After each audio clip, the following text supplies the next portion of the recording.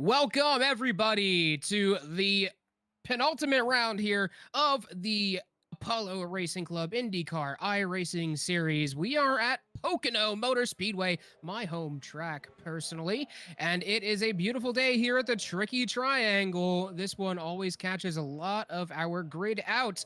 Not prepared for those three different types of corners, but the fixed setup tonight looks pretty good, looks pretty fast, and I'm expecting to see some really hot times, especially by our current points leader, Andrew Surwick, and he is ready and poised to wrap up the championship today. Now, Charles Bertrand is about, how many points was it? 64, I think, points back. So he has a lot of ground to make up here in these last two races. Andrew has a number of potential clinching scenarios here today. Charles still does control his own destiny, though. Andrew cannot wrap it up without Charles making mistakes or something of that nature. So Andrew has a task ahead of him, but all Charles needs to do is stay up near the front, and he will be in it for the final week as well. The final week is at a road course, so we all know that Andrew is not particularly great there.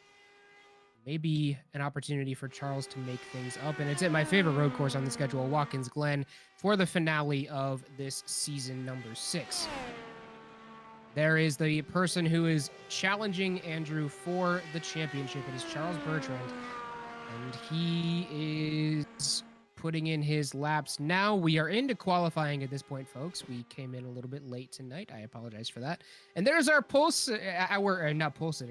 our points leader, Andrew Surwick. Just remember, those times on the side may not exactly be the best indicators of the pole times, as pole time is based on a 4-lap average. And all of these drivers need to be able to run 2 laps at Pocono. All of these drivers need to run 2 clean laps. Even touching the wall will completely invalidate their qualifying. It looks like Andrew might be done with his qual run. Yes, he is. He is coming to a stop. So Andrew has put up his best possible. Let's move, switch over to Craig Bray. Very colorful livery for him today.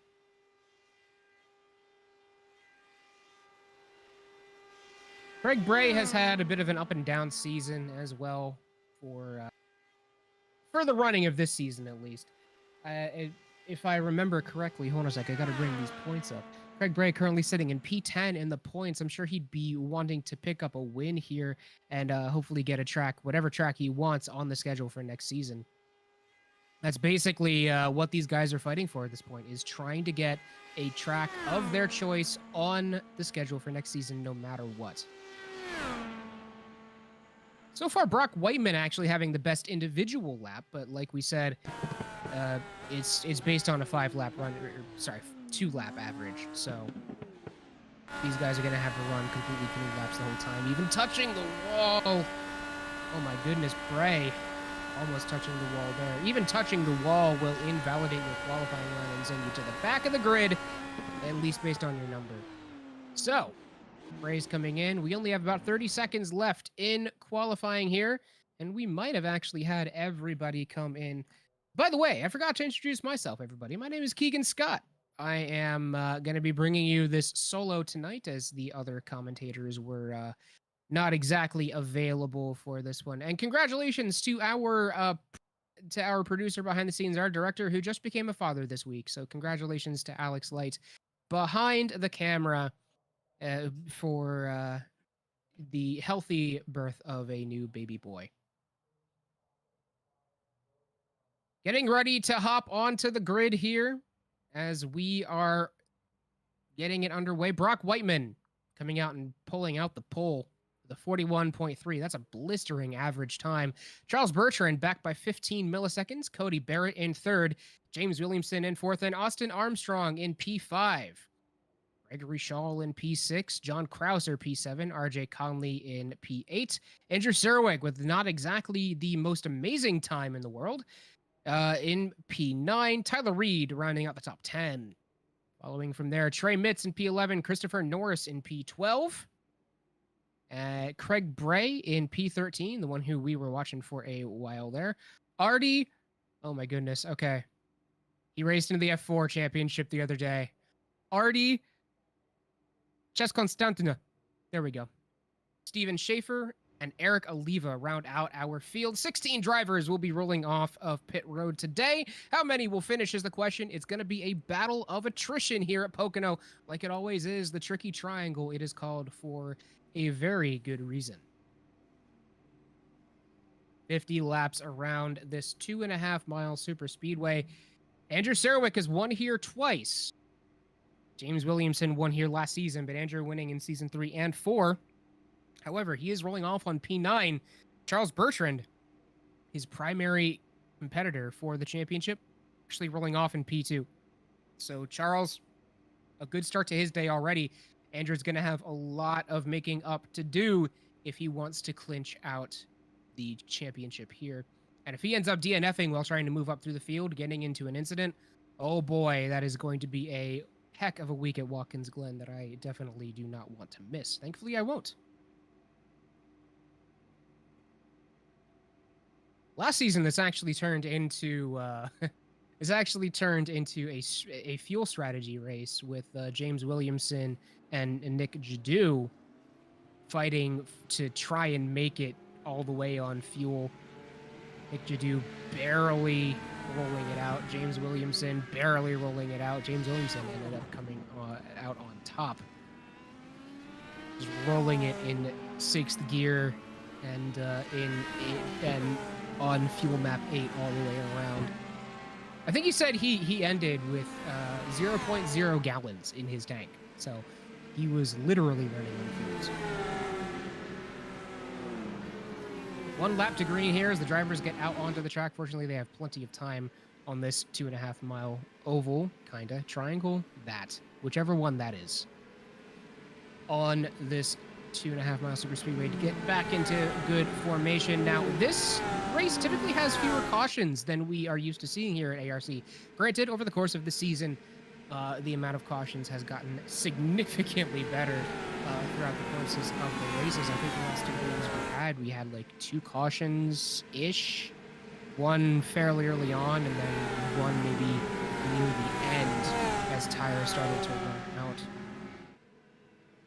Fuel window here as well is 25 to 28 laps, so be expecting these drivers to come in right on that, right on the middle of the race mark. So I kind of expect these guys to be trying to push these tires a little bit further than they're really comfortable with, especially because tire wear here is pretty high, being a flat track through turns 2 and 3 all the way around to turn number 1. But the pace car peels off. Field now getting ready to go to green. They are 2 by 2 and a big jump for the pole sitter. Charles Bertrand actually not going to be able to get a good one there. He's going to fall back to maybe P3. Is on the outside. Everybody trying to shake it up a little bit. Andrew Sarwick going to tuck down the inside. He is actually making a plenty of ground here. Charles Bertrand has to get down to the inside. The outside line not particularly great here at Pocono. As we had previously said, it is a bit of a flat track, so you don't want to be running the outside if you can get away with it. Brock Whiteman still in the lead after turn 2 as well. Oh, crash into the wall. Is that going to bring out a caution? Or are they going to get out safely? Green flag still out for now, as the thunder rolls in the background of my microphone. Ominous omen there. But we get through lap 1 green. Everyone was able to get around. No, just like that. Coming out of turn 3, there is someone right up against the wall.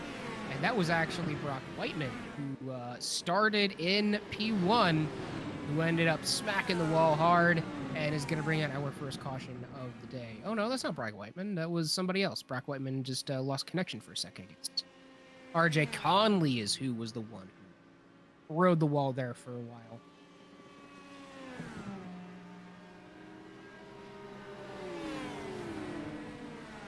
Before we go over to the replay here, folks, just a real quick shout out from our first sponsor of the day, and that is Not Good. What the heck happened to RJ here? I know I saw a wreck a bit further back in the pack. Right here coming out of 1 is where it was. They might have gotten tangled up, but RJ looks like he just They just lost it into 2. Oh, the arrow wash got to them.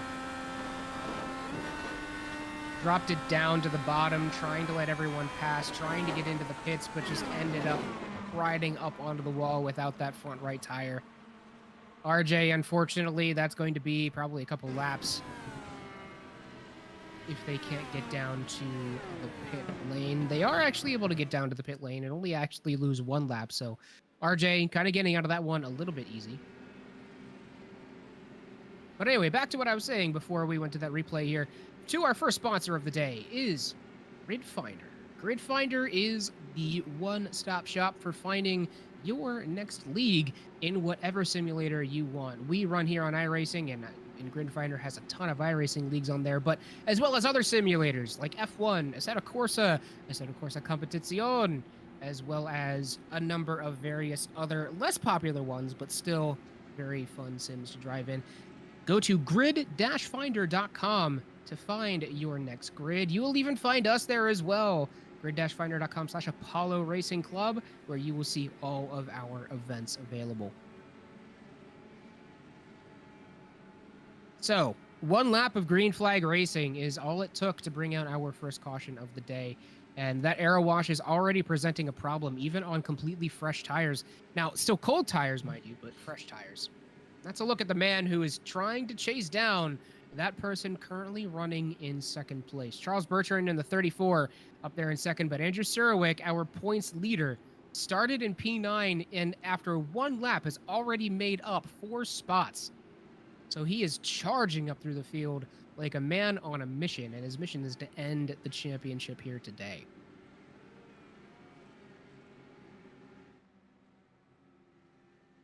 And he has won at every single oval this season, besides Indianapolis, which was won by John Krauser, who's currently running in P7. The only other person to win an oval race this season. And, the rest of them, the road course races, have been won by a hodgepodge of different people. Charles Bertrand coming out with 2 of those wins, actually, at the Circuit de Spa-Francorchamps and Laguna Seca. John Krauser, I'm sure he's looking to put up a second win on the season.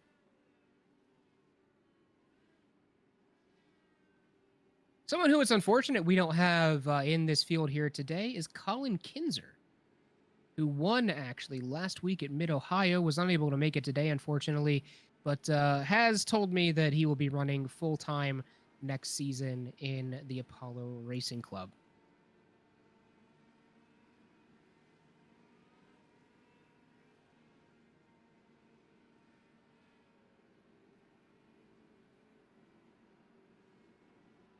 That's James Williamson, who we are currently looking at. He has had a bit of an up and down season himself as well. And if I can find him on the point standings. Yeah, currently running in 23rd in points. Has missed a few races this season as well. Haven't actually seen him since Auto Club Speedway back in week number 3. But at Texas and Auto Club, on these ovals, he is strong.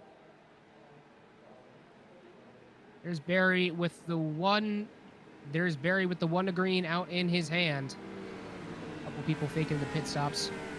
One is actually going to take it. I believe that was actually RJ Conley at the very back of the line. No reason not to if you are the last guy in line. Always expect them to drop in.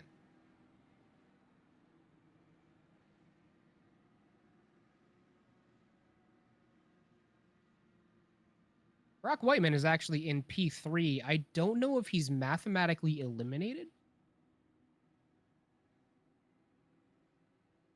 I mean, he's over 100 points behind, so I would have to think that he is mathematically, or at the very least, he's realistically out. Mathematically, maybe not, but realistically, he's 100% out of it. Even still, a big win here for Brock Whiteman after a season of ups and downs. Has been on the podium twice this season. Once at Homestead, Miami 2 weeks ago, and at Michigan a little bit further back in P3. So I'm sure he'd be looking to get his 3rd podium of the season, as well as his first win of the season as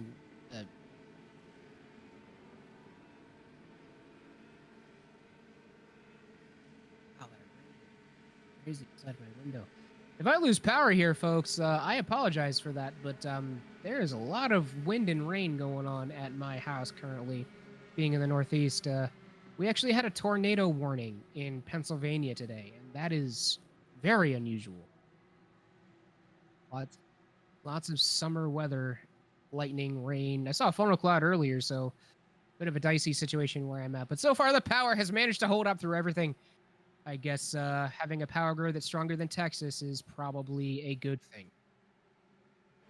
All right, pace car peels it in. We are ready to get back to green. Brock Whiteman has the field in his hands. He will wait, and got it. Charles Bertrand not quite ready for it. James Williamson having to check back a little bit. A couple people jumping out of line as there were a few people further back that just did not quite get going fast enough. Everybody so far clean into turn 1. This is the most banked corner of the track, but it still doesn't have a ton of it. Ooh. Armstrong sliding up in front of Andrew Surwick there. Could have been dicey for him. But Andrew's going to drop down to the inside. Uses that slipstream correctly. Good run by Armstrong on the outside. Though. He's going to keep the spot. Not going to let Andrew Surwick get it back. And now Surwick being challenged by Barrett. Oh, that's a big slam into the outside. I believe that was Armstrong. That is almost certainly going to bring out the caution unless he managed to get down to pit road. No, he didn't. That is a caution that's going to come out on lap number 7. Andrew Surwick was able to make up that spot in the shuffle there. And the aero wash of this course, it is insane. Especially going through these flat second and third corners, where you have to keep it as much in the gas as you're willing to go. And it's really hard to feel the car on those super flat corners. That's our second caution of the day, and we're actually over the number of average cautions that we have here at ARC. Crunching the numbers, thank you, Andrew Surwick, our league administrator, for giving these numbers to us. Averaging just 1.5 cautions per race, so we have now gone over that.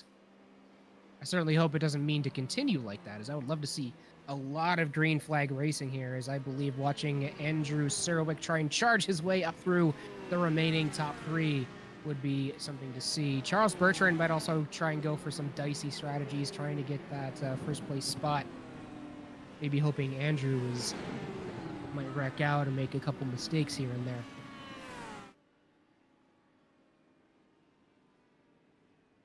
Speaking of which, the clinching scenarios for Andrew tonight. No matter what, if Charles finishes 8th or better, this isn't done until next week. However, if Charles finishes 9th or worse, there are a couple different ways that we can potentially get Andrew with the championship here today.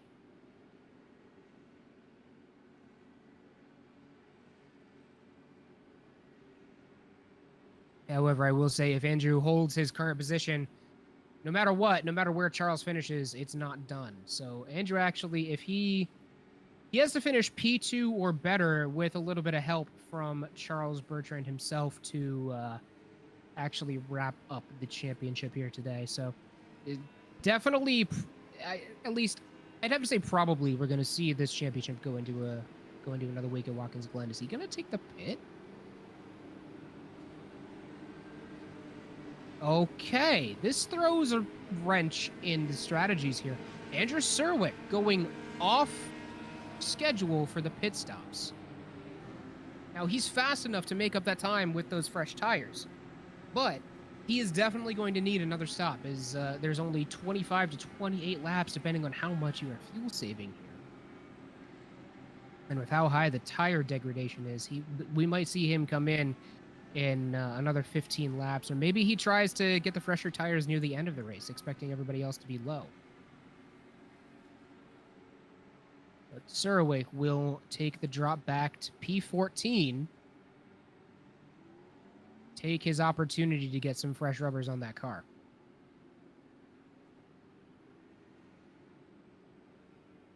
Well, folks, time for our other sponsor of the race, and that is Driver 61, the most prolific, the most fantastic, the most amazing driver school in Europe has actually entered the sim racing market. Go to driver61.com and you can find a number of different lessons with professional iRacing, Assetto Corsa, whatever sim you want, coaches that will walk you through how to gain a lot of speed. And as he says on his own channel, guaranteed a second after just a lesson. So maybe you might want to think about checking that out. Go to driver61.com and use the promo code ARC driver61. That is ARC driver61 for 20% off of the overall cost of your lessons. I might actually use that here at some point. Although I've been grinding out a lot on iRacing lately. These high-powered open wheelers changed a little bit with the Season 3 build. The tire model, a little bit different. So that tire degradation as well in the Season 3, even higher than normal. Even higher than in previous seasons. A lot of people lauding that as a good decision because it's significantly more realistic. You can't really have these tires hold on for, 60 laps and just be fine.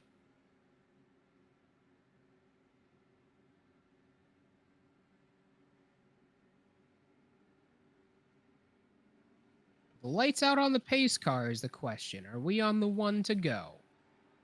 Yes, production has informed me that we are on the one to go. So, field gonna bunch back up here. Brock Whiteman will lead him off to the green flag again. Charles Bertrand in second and James Williamson in third. James Williamson as well, like I said, our winner from last season. Possibly looking to make it a two-peat to follow Andrew's two-peat.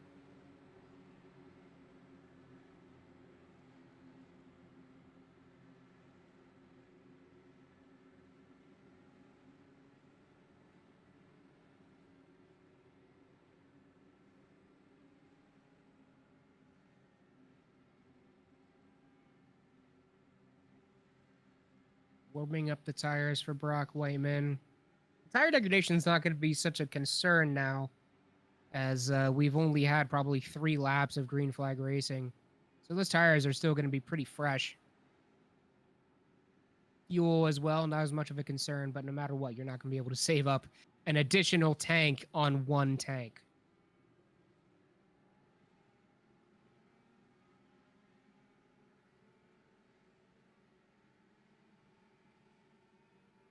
All right, as we come back around to the green flag here, Brock Whiteman backs them all up. Charles Bertrand rolling off right behind him.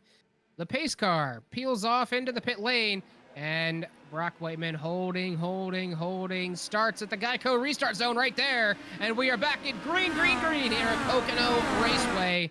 A couple people jumping out of line in the back. I think I saw Conley jumping up back there. A bunch of shuffling on the front stretch. They all keep it straight, though. No one a catastrophe so far. Getting a little bit squirrely out of one, and a full spin out of one, too.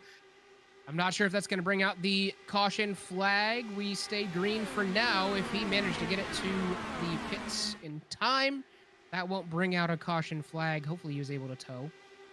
And I'm going to have to guess that we were able to get towed out in time. That was RJ Conley, actually, who was the one who spun in turn 1. Ooh.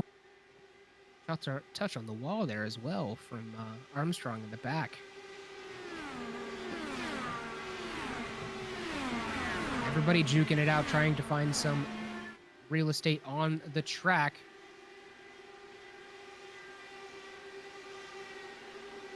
We take a focus here on the battle for 4th. Barrett trying to hold it. Mitts right behind, trying to get it away from them.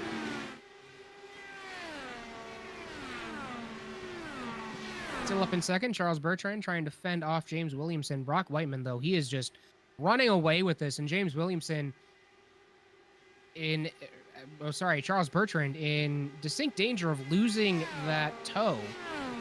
Especially as going down the front straight, he still lost about 0.02 of a second. So coming out of turn 1, that is a rocket ship that Brock Whiteman has in that car today. And now Charles Bertrand has almost completely lost the toe. Yeah, he is out of it at this point. So Brock Whiteman just has to keep it straight, keep it out in front, and he is looking good towards the end of the day. There is the man who is off strategy at this point, Andrew Surwick, on fresh rubbers, rolling the outside of turn number 3. We get a good run down the front stretch, looking to make a move onto John Krauser, who's directly in front of him for that P6. What a great run, too.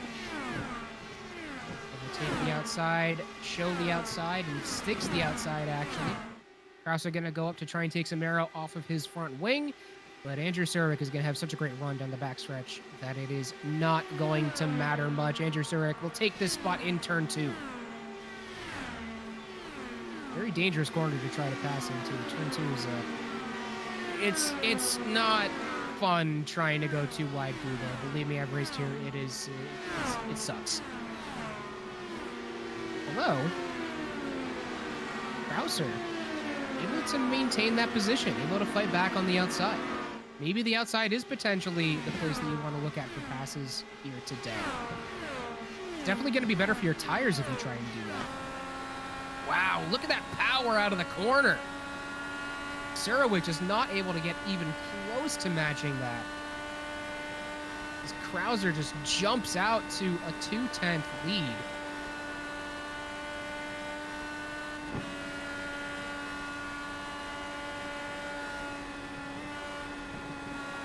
Surwick starts struggling with the arrow wash a little bit there too.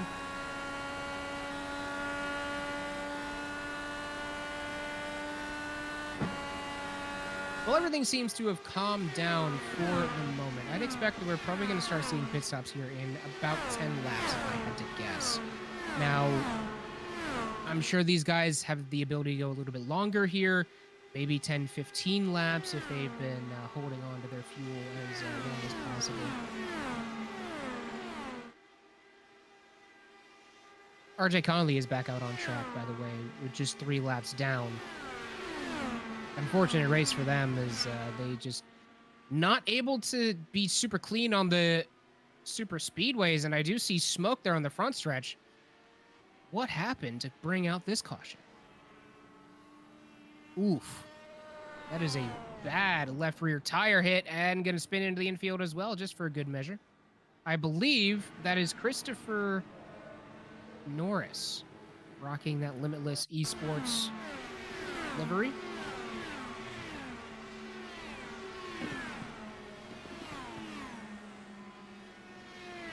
Yeah, just spun it out of 2. Not much to say besides that.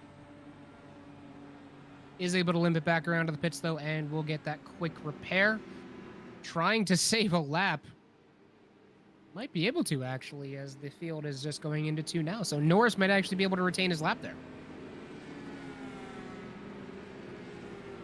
Yeah, he's out of the pits. So Norris able to keep it at least somewhat on track.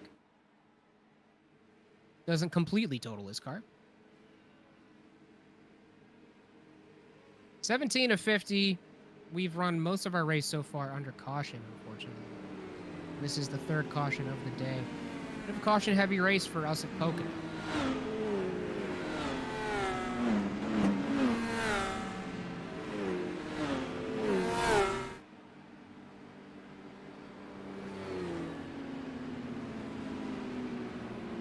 I'm curious to see if Andrew Surwick comes in and takes another run through pit lane. I know I just saw someone peel off. Several people peeling off, actually. That's Mitz out front, followed by, looks like, Shaw, Oliva, and Artie, Shatsa Constantino, and Norris. So these guys are going to take tires and fuel. Maybe expecting this one to go quite a few more cautions, because if you're lucky, you might be able to make it from here if there's a bunch of cautions. You have to fuel save a little bit. That's not going to be good coming out of the pits. Let's keep that straight, guys. There we go. Thank you very much. And everyone makes it out alive.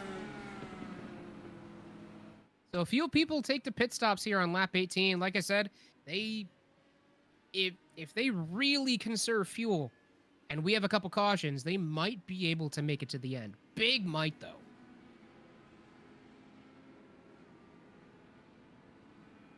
That is the number 709 of Craig Bray with the anime girl waifu. You hate to see it. Like in the pink, though.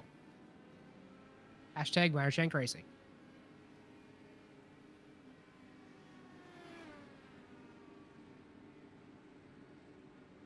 There's our points leader, Andrew Surwick, currently in P6.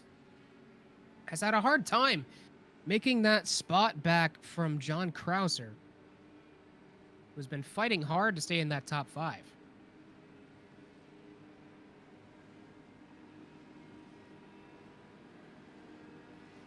So Andrew's gonna need to work a little bit further up the field if he wants to take this championship today.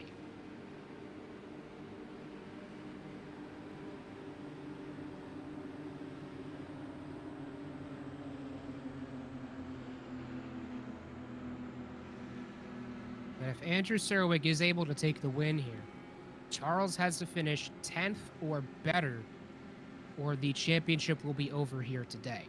Last season, David McCourt was able to wrap it up a week early. Don't know if that's going to happen here. I'm certainly hoping Andrew is not able to wrap it up here today and we get a good race next week at Watkins Glen. That one is going to be a shootout, too, as we know Charles Bertrand significantly better on the road courses than Andrew Surwick on the road courses this season, where he's raced in them. He missed Road America. He has been on the podium all 4 times. And Andrew Surwick, not quite so lucky. 16th, 3rd at Spa, Laguna Seca in 6th, Barber 5th, Mid-Ohio 7th. So some middling results for him. So this is his best opportunity to wrap it up.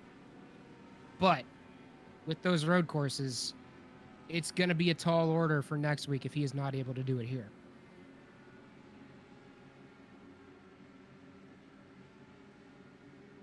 So I didn't see if the lights were out on the pace car or not. The lights are out on the pace car. So we will be coming back around to green this time by. That's Brock Whiteman and Charles Bertrand. Charles Bertrand wants to finish in that first place spot so he can have the best opportunity to come back and take it at Watkins Glen next week. Just a quick jaunt up Route 15 from Pocono.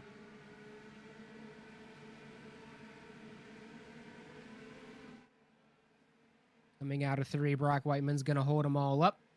Gets to get a bit of distance from the pace car. Pace car peels off, and we are green, green, green as Brock Whiteman gets a big jump there. Charles Bertrand not quite ready for it. He's going to fall back into the hands of James Williamson a little bit, but James Williamson not quite able to capitalize on it fully. Behind him, we have Barrett Krauser and Andrew Surwick. They all stay straight. No one trying to jump out of position to do anything super aggressive here on this restart. Everyone probably just wants to get some green flag laps in. But we're back racing here at Pocono Raceway.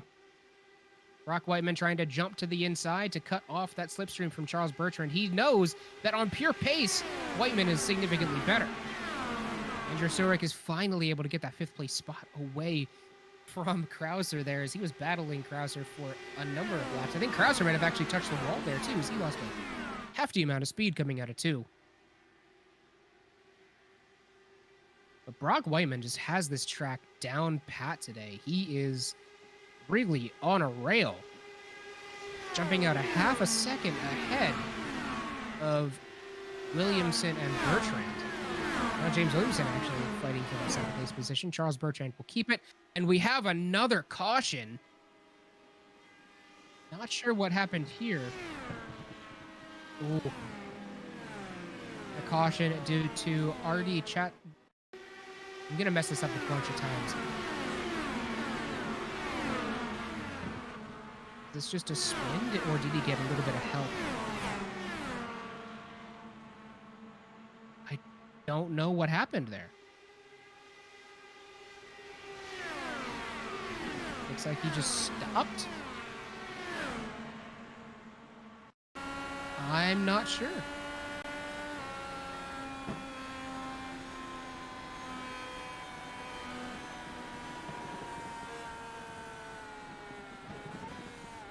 I genuinely don't know. Maybe he had some damage from a previous touch on the wall that we didn't know about, because it did look like he was starting to get real loose there.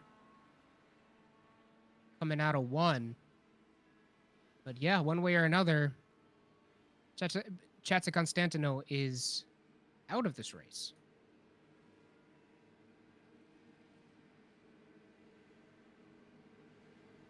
Big thing for Andrew Surowick there. He was able to gain a spot.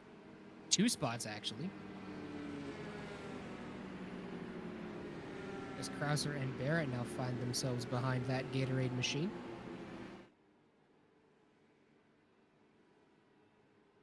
Man, Brock Whiteman just can't catch a break here. He's just wanting to run away with this, as he knows that he's the best car on track speed-wise right now. He's been the fastest car over the last couple laps.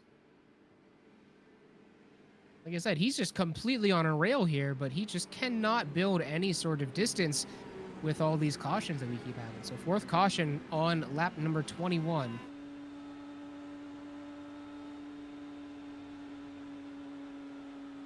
And folks, we're going to take a quick break. Wait, are we going to take a quick break? Everyone's coming into the pits. Here it is. Everyone knows that if they save a little bit, they can go to the end from here. Andrew Surowick actually pitting with everybody, so he's going to opt to not try and hold on to those fresh tires for a long period of time. He's actually going to get back on cycle with everyone else. Kind of makes that early one a little bit meaningless, but if this is where he's most comfortable, this is where he's most comfortable. Mitch, Shaw, and Norris not taking this pit stop, maybe banking on another yellow.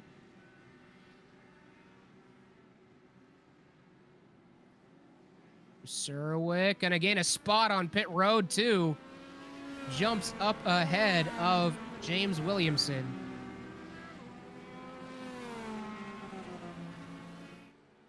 Who did not have a clean entry to his pit. Meanwhile, up front, we have a rookie here to the Apollo Racing Club. That is Trey Mitz in that number 31 Lego machine. Hopefully he doesn't explode into a bunch of Legos here, but he is going to lead his first laps in Apollo Racing Club, so congratulations to him. Behind him, Gregory Shaw rocking the other Limitless Esports code there. Further back, Christopher Norris, also in that Limitless Esports livery, sponsored by Limitless, and has already been involved in one incident here, so he's got to be a bit careful. He doesn't have that extra... He doesn't have that extra fast repair to use. But Shaw and Norris, teammates, back-to-back. Brock Whiteman, our provisional leader of the people who have pitted already. And a roll off in P4 here. Behind Whiteman, we have Charles Bertrand, who is trying to secure that win. But now, the person who he is fighting for the championship is directly behind him. Andrew Surowick in the Gatorade livery. Gregory Shaw actually did take the pit, so that's going to bump everybody up another position. But we still have Mitz and Norris, who did not take the pit.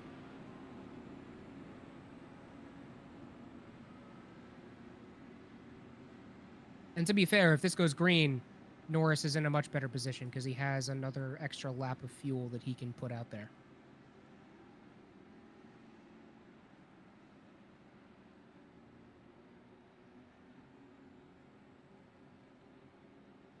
And I didn't see if we were one to go this time.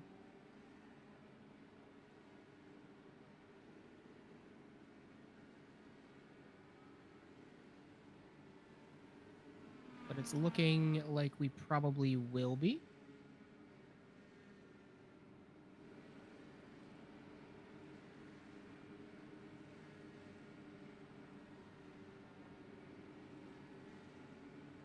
So yes, we are 1 to green.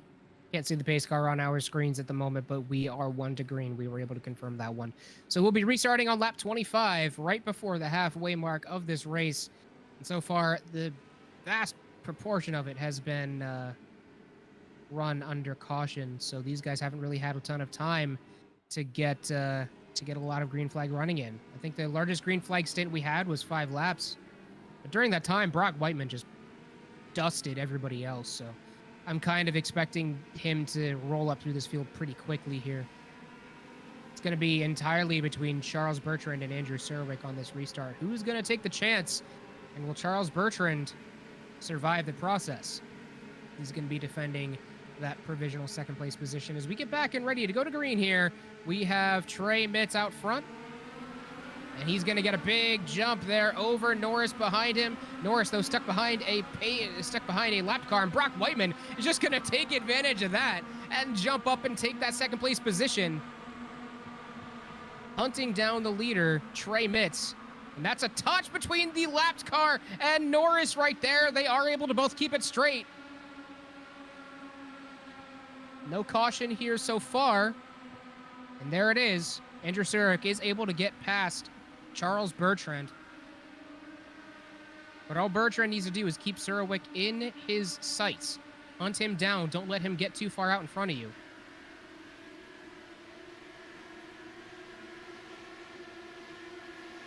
Norris still able to lock down that second place position. But Brock Whiteman, man, he is just on a rail today. Cannot get enough of that. Norris actually having a hard time getting by this lapped car. This lapped car is able to just shuffle it back up ahead of everybody. As Norris gets a little bit loose, that's looking really bad. James Williamson gets into our points leader, Andrew Serwick. That's going to spin Norris out into the middle as Norris got a little bit loose out of one. Collects James Williamson with him. This will not be a repeat victory for James Williamson. Andrew Serwick might also have a little bit of damage from that crash.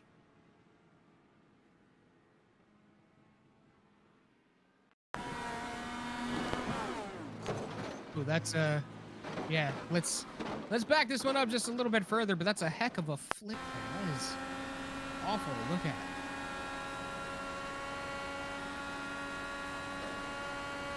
That's Charles Bertrand on the inside trying to just avoid that one. Yeah, Norris just, sorry, James Williamson just had nowhere to go.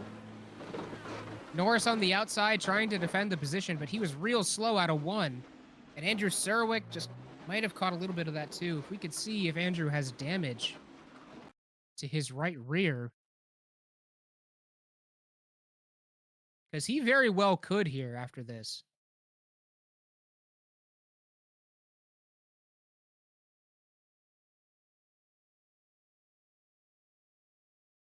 That gap closed up real quick on Williamson there. Andrew Serwick may very well have damage. He is still out on the track, though. But we're not running at speed, so it's not exactly super apparent if he does.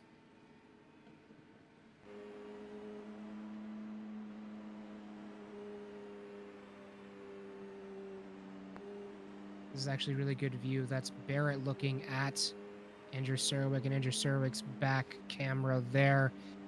It's looking like his right rear doesn't have any damage to it that's noticeable, at least. But as we all know, the slightest touch on these Indy cars can really cause them a lot of problems. So we'll have to see if that stays the case over the course of this race. But we are past halfway here.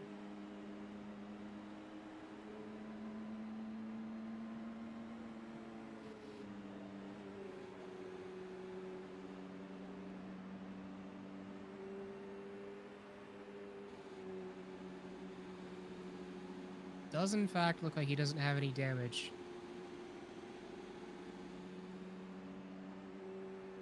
But very close call for our points leader, Andrew Serwick. That would have been a huge blow to his championship lead there had he been taken out in that one. Bertrand was able to come up and take the position away, though. Brock Whiteman still out in second place, right behind Mitz, who is still managing to retain that lead. Has not pitted yet, so I'd expect Trey Mitz to probably come in here.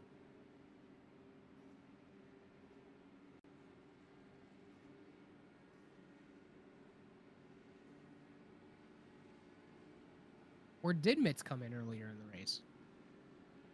I think, yeah, Trey Mitz did come in earlier in the race at lap 17. Yeah, so Mitz has pitted once. If Mitz is super lucky, there's a chance that they could go to the end.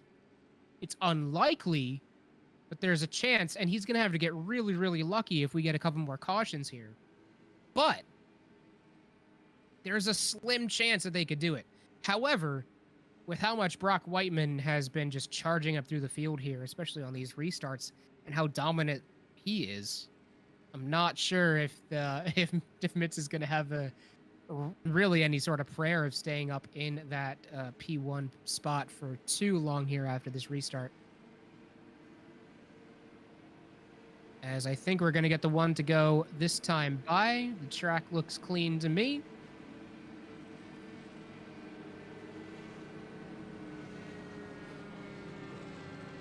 That is a really slick logo, though. Like, you gotta love it. I wonder if they're actually, like, it would be really neat if he could, like, actually put those dimples on the car and get, like, sort of a golf ball effect. That'd be really cool. Of course, I think it would slow him down a lot on these straights, especially in this 2.5 mile super speedway.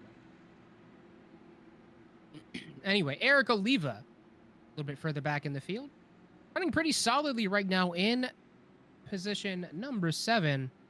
Let me see. Eric Oliva, 16th in our point standings. Has had a couple good, solid top 10 so far this season, but everything else has been outside of the top 15 in the latter part. So Eric Oliva not having a great run of this season, a little bit of a slide from the midpoint onward. Hopefully he can get that back a little bit here today.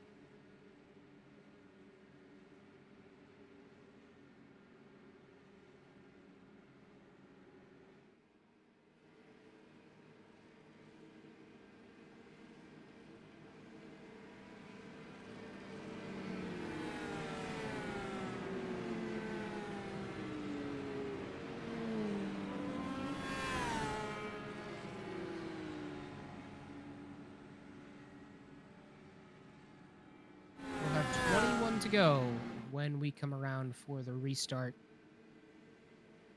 As the field is coming into turn number 3 right now, Trey Mitz.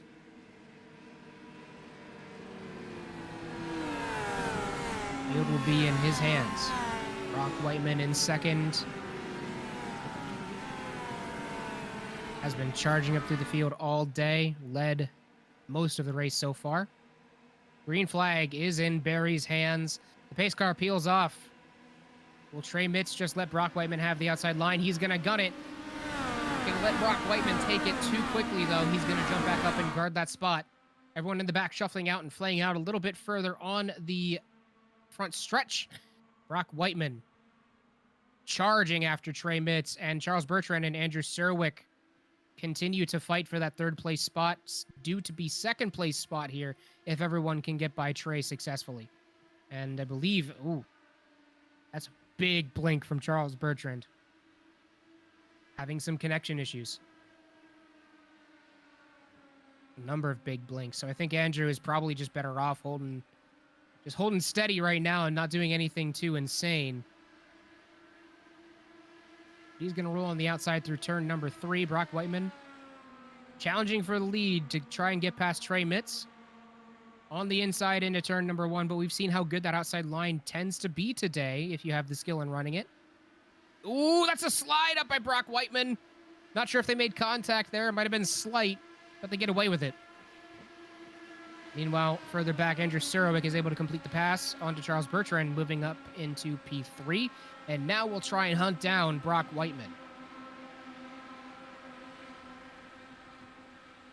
And Trey Mitz is just not giving that position up. I mean, his tires are only about 5 laps less on him, and most of those laps are caution laps, so he's not really all that far below Whiteman in terms of overall advantage, and Trey Mitz is actually just going to keep a hold of the lead for now. Barrett actually able to get past Charles Bertrand as well, and looking to maybe challenge Andrew Serwick too. Now up here, John Krauser, Eric Oliva. This is a battle for P6. Oliva trying to get underneath into turn number 2. This is sketchy. Not able to hold it all the way through on the inside. Does lose quite a bit of distance there to Krauser, who keeps a hold of that P6 spot. And the caution is out. Don't know where there was an accident. Craig Bray further back in the field is what we're being told.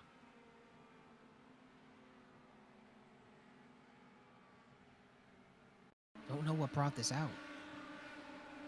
Battling with James Williamson there in the Marlboro livery. Oh, James just got super loose. Had to catch it, slid up. Craig Bray, just the unfortunate recipient of that touch. And I suspect there will be some apologies over the game chat here, as James Williamson almost certainly did not mean to do that.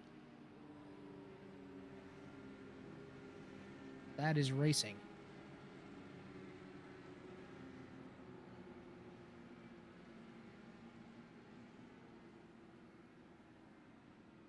$18 to go. We're probably going to have around 14 to go when we come back to the restart here. But for the moment, we're going to take a quick break here so I can get a little bit of water, as I've been carrying this whole thing solo. So we'll be right back, folks. The race is going to stay on your screens, so stick around.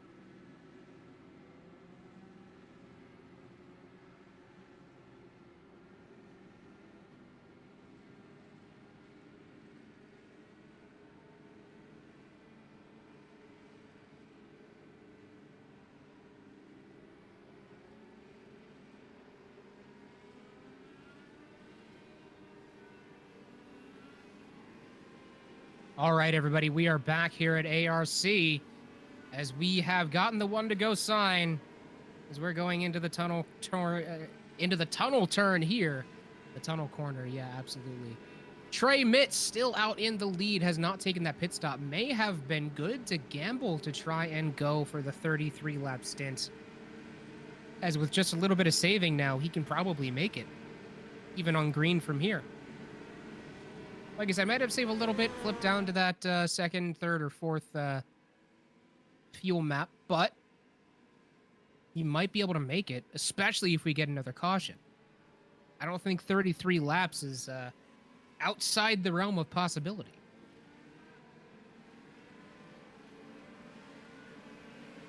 The field will once again be in his hands.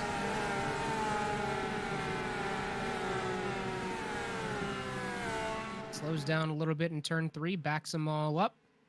Pace car is going to peel off here, and Trey Mitz has him ready to go.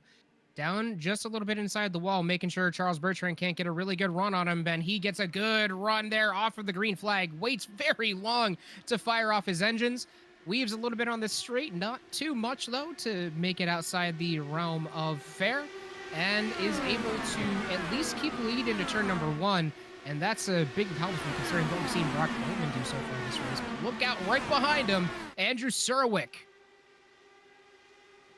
In P3, ready to take over that lead if he finds an opportunity. Not willing to put it 3 wide through turn number 2, as that's very sketchy. Trey Mitz just nicks the wall a little bit. Don't know if he's going to have any steering damage there. Washes up a little bit wide, and Andrew Surwick's going to take the opportunity to get that second spot away from him as well. Brock Whiteman back out to the race lead here. That's a big run around, and that's Charles Bertrand falling back. Oh no. This is dangerous for Charles Bertrand here. Currently rolling around in P7. From P7, he cannot lose it today, but he's really got to fight to get as many spots back as possible. Otherwise, this is going to be a real uphill battle for him at Watkins Glen.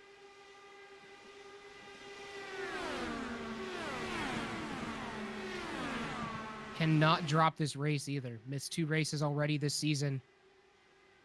So this is not droppable for him. Trying to get a spot back from John Krauser, but up near the front. We have Andrew Surwick challenging for the lead of the race. Brock Whiteman defending well. And if Brock Whiteman can get just a little bit of clean air, maybe get even a quarter of a second lead on Surwick, he might be able to jump out far away. But Andrew Surwick is not letting him get any sort of time. Gonna go around to the outside. That's turn 2, though. It's very rough to make the outside happen there.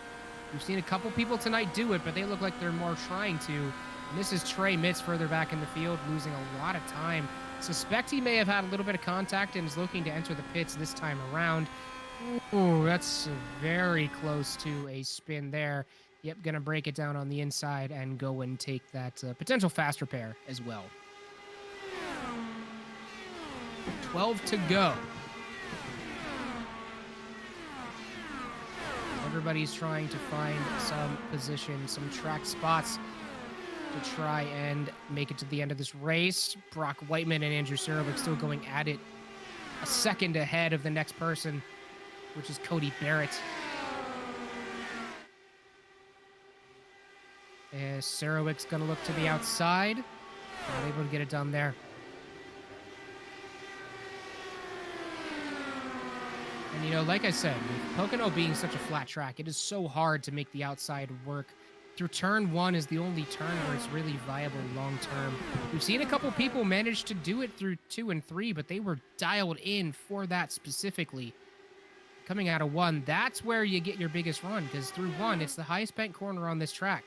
You don't really have to lift too much going through there, if at all, if you're on good tires. So Surwick's going to have to try and hold off until the exit of 1. Maybe try and look for a pass through the sketchy turn 2, and even maybe into turn number 3 on the inside.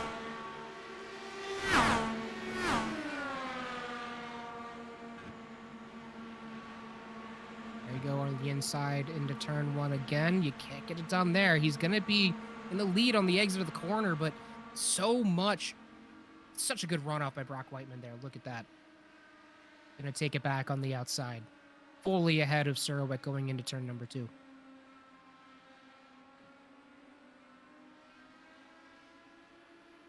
Andrew's going to have to try something a little bit different here. There we go. Inside into turn number 3. Can he get it done here?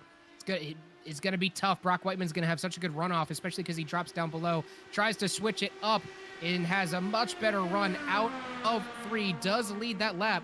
And he's going to be fully ahead of Andrew Surwick going into turn number 1. He's going to shut the door and force Surwick to run right behind him. That's going to take a lot of aero off of Surwick, and he's going to fall back by quite a lot. That was a huge wash that he was having to deal with, and now he's going to have to make up all that time again. Down into turn 2. Can he make it stick? Yes, he does. Surwick back into the lead. Brock Whiteman has that arrow now. Might try and stick the outside on turn 3 again.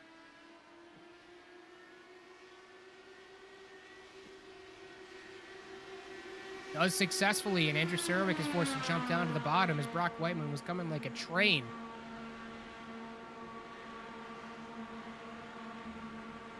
Takes the lead back going into 1, but Surwick did lead that lap.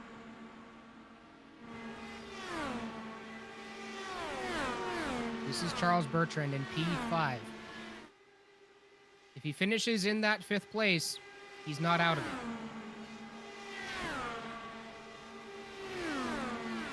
So he's just got to try and finish this race safely and not take any unnecessary chances. That's Trey Mitz in front of him, who's now a lap down. Caution is out. That's a big wreck up front. Andrew Surwick involved in that one. Brock Whiteman as well, I believe, is out of the race. Surwick is too. That's a big hit for Surwick. Charles Bertrand just got handed a massive gift. Now Charles Bertrand knows that if he just finishes this race in that 3rd place spot and maybe even able to challenge for the win, he's going to have such a better opportunity at Watkins Glen. Oh, that's just all on Andrew Surwick. So hard into turn number 3. He drifts it high into Brock Whiteman and ends both of their races.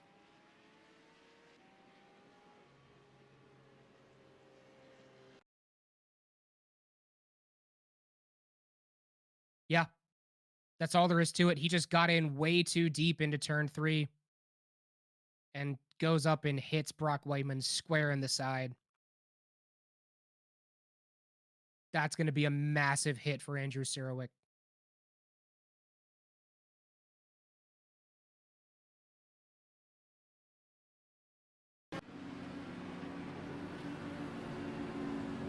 Looks like he's trying to limp back around to the pits, too. Trying desperately not to lose that lap. I think he might have already lost it, though.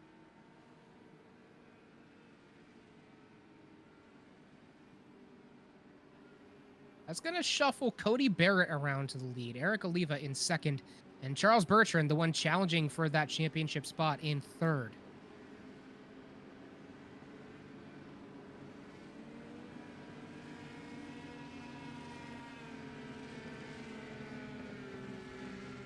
I believe Surwick is actually currently the last one on the lead lap. Back there in P9. Hasn't come into the pits yet. He's going to be hard-pressed to get around and get out before this, before the cars come back around to lap him. Although I think he's going to be successful in keeping his spot. There's Trey Mitz. Led several laps this race. Might have had a little bit of damage. Ended up losing a lap due to pit strategy. So Trey Mitz, unfortunately, just strategy call did not work out in his favor today.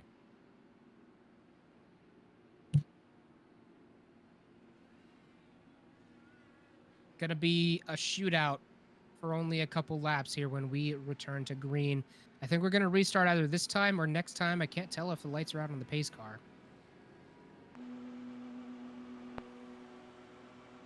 No, lights are not out on the pace car. So restart will be on lap, restart will be with 4 to go.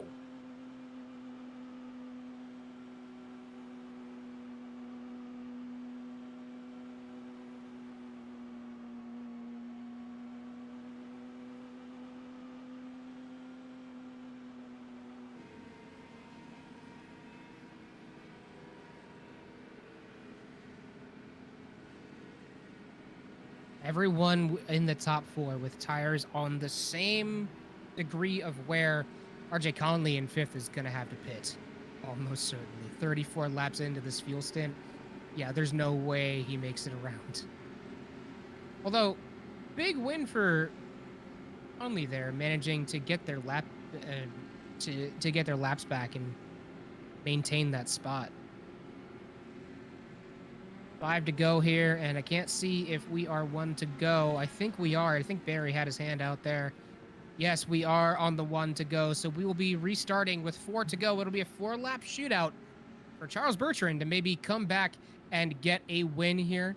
Cody Barrett to try and hold it, and Oliva to challenge for it. Cody Barrett in P6 in the standings. I'm sure he would want to challenge David McCourt for that 5th place spot. And maybe even Matthew Rice, who is not here today, for the 4th place spot. And heck, even Brock Whiteman for the 3rd place spot, since he is out of this race. There is only 52 points between Whiteman and Barrett, so that is doable, especially if Whiteman is able to win this. Or, sorry, if Barrett's able to win this. That one.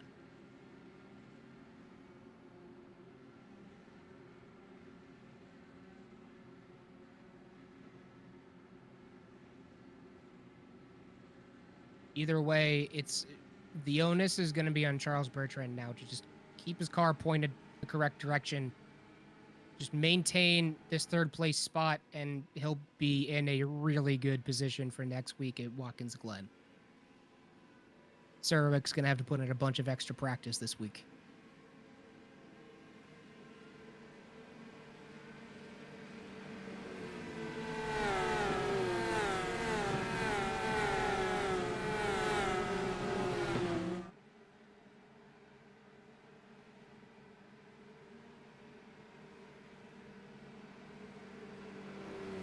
Of course, this race could be a drop week for Sarowick.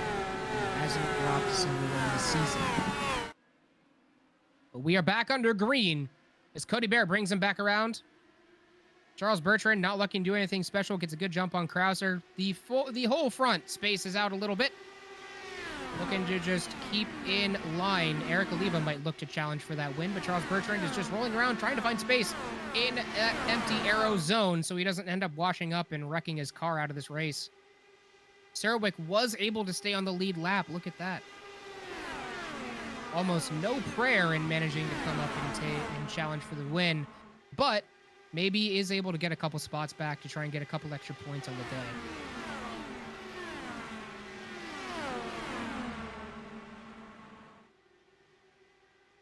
Everyone still straight in the correct direction. Charles Bertrand have to be passed by John Krauser, and Krauser is successful at getting up to that 3rd place position. Charles Bertrand's going to look to keep it on the inside, almost a touch there. Close call for Krauser and Bertrand there. The last thing Charles Bertrand needs to do right now is to wreck.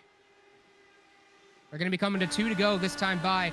Bertrand, just sit there. That's the race, everybody. It's going to be our 8th caution of the day, excuse me. And I don't know who was the one who wrecked out there. Looking like the times, it might have been Sarowick that was involved in that too. Yep, there's Andrew Sarowick. He was involved in it. He's going to try and limp his way around. But if he has a meatball flag, there's a chance that he gets DQ'd before he's able to finish this. Trey Mitz washes it up a little bit, up into the 41. And, oh, that was 2 accidents just simultaneously that were not involved in each other at all. As that was Gregory Shaw right behind Andrew Sarowick. And Andrew Sarowick, his 2nd wreck of the race. That is 100% going to lead to his end, maybe even losing a lap if he is not careful. If he has the meatball flag, which I guarantee he does, he might be DQ'd before this race ends.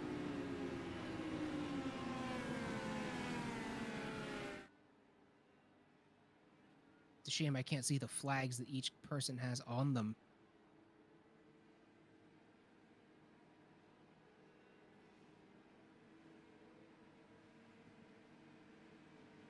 Cody Barrett's going to get his win. Eric Oliva in 2nd. John Krauser's going to round out 3rd. And then Charles Bertrand gets handed a gift today with a solid placement, not on the podium, but a solid placement and a healthy amount of points differential over Andrew Serwick, especially if Andrew has some negative consequences attached to this wreck of his.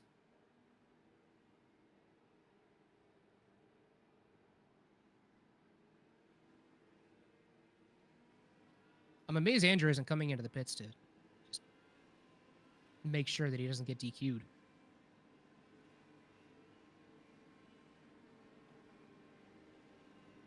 He has a fast repair left. It's not going to hurt his placement or anything.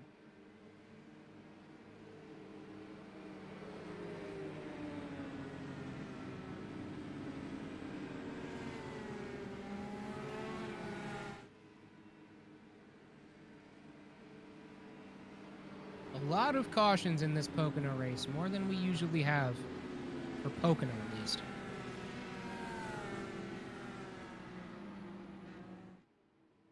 But Cody Barrett gonna get his first win and first podium of the season. Eric Oliva gonna get his, I think his first podium of the season. Yes, his first podium of the season as well. Kind of try and get a little bit of momentum as we get ready to go into season number 7 here in a couple months. One more to go for season 6, but season 7 right around the corner all the time at this point in the season. John Krauser going to round out our podium. Not his first podium of the season, though. He has had a win at Indianapolis. He won the Indy 250 this season. And a third place finish at Homestead, Miami a couple weeks ago. And then finally, the top 4 are going to be rounded out by Charles Bertrand and RJ Conley. RJ, big recovery drive from him. Great job. And Charles Bertrand, he's going to be happy to get that giant handful of points differential over Andrew Serwick, who's going to finish in P9, assuming he doesn't have a penalty from that tire that he has rolling around on his car. Everybody comes across to finish. Andrew Serwick's going to peel off and immediately... Woo! Everybody spins it out on the front stretch. Ah, you love to see it. Donuts by everybody. Well, that's the way this tricky triangle crumbled today, as a bunch of cars happened to crumble as well. And I would love to see the finishing order here. Or, sorry, the new point standings here.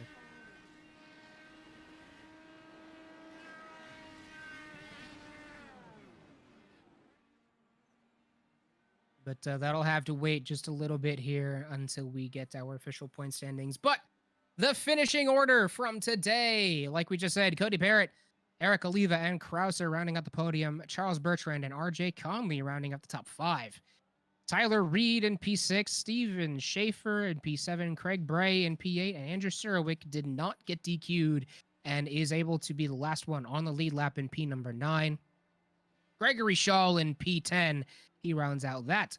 Brock Whiteman in P11, Trey Mitz in P12, Austin Armstrong P13, Artie Chatsa-Constantino in 14th, James Williamson in 15th, and Christopher Norris rounds out our field in P26, ending his race early.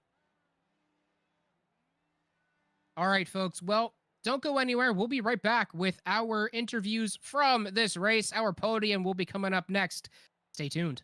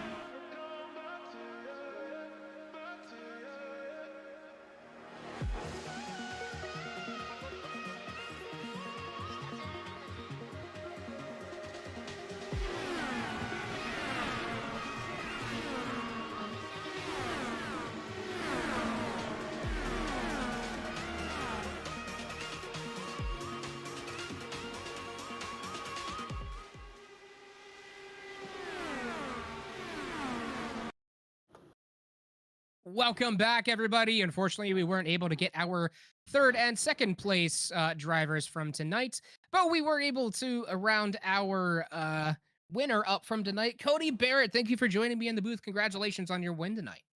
Thank you. Thank you so much. And that was an absolutely insane race. 8 cautions. The leaders took each other out for the second to last caution. What was your thought process with 10 laps to go? Oh my goodness, man! When they wrecked in front of me, was initially I panicked a little bit. One, because Brock is my teammate in the team's title run, so I was like, ah, dang, we lost one. But then secondly, because I had flashbacks to the last time I was leading at Pocono last season, and I did not win that race. Distinctly not. Yeah, but I knew with 10 left, I was like, there's no way, you know. Those last couple laps though, Eric, oh my goodness, that dude's pace was outstanding. If the last caution didn't happen, he wins this race. All right, well, that's big kudos to Eric there. Yeah. So, as it stands now, I'm going to ask you about this going into next week. The title fight isn't over. Obviously, you're not in the running for it, but you are in P6 going into today. Where do you want to end up after this season? I mean, Brock Whiteman wrecked out. Matthew Rice wasn't in this. David McCourt also wasn't in this. Those are the 3 guys ahead of you before you get to Charles and Andrew up top on 1 and 2. Do you think you have the opportunity to run for a P3 in the standings this season? I don't. I've been following that math really close. With our 2 drop rule, I think I'm like 40 points back of Brock still. So I don't think I'll be able to catch him, but 4th is within reach now. So that's my goal. Coming into today, my goal was to beat Krauser. He was 2 points ahead of me after drops, so I was really trying to get ahead of him. So there you go. That'll put me a long way towards it today. Absolutely. And then I'm going to ask your prediction as well. Next week, obviously with Andrew Sarowick wrecking out, Charles Bertrand coming up with a solid finish for this race. Who do you think is going to take the championship next week at Watkins Glen? You know, I don't know how far back Charles is on points now. He did obviously really well today, and then Andrew had his wreck out. So he picked up a little bit of points today, but I don't know. As far as which one of them wins the independent battle in that race, I think Charles beats Andrew next week, but I don't know if he's going to beat him by enough to win the title. Fair enough. All right, Cody. Anyone you want to shout out before we end this interview here? Oh, no, man. We're good. We're good. All right. Well, thank you for joining us, Cody. Go enjoy your win, and we will see you at Watkins Glen next week. Will do. Can't wait. Thanks, guys. All right, everyone. That is all that we have for today from Pocono Raceway. We are running into an extremely tense championship race. Watkins Glen next week. Charles Bertrand, better on road courses overall than Andrew Sarowick. Andrew Sarowick, that was his best chance to wrap it up. So now the onus is on Andrew to finish high enough that Charles Bertrand cannot run him out of the points. Heated finisher coming up next week, everybody. Same time, same place, right here on twitch.tv/Apollo Racing Club or youtube.com/Apollo Racing Club. We will see you all then. Have a good week, everybody.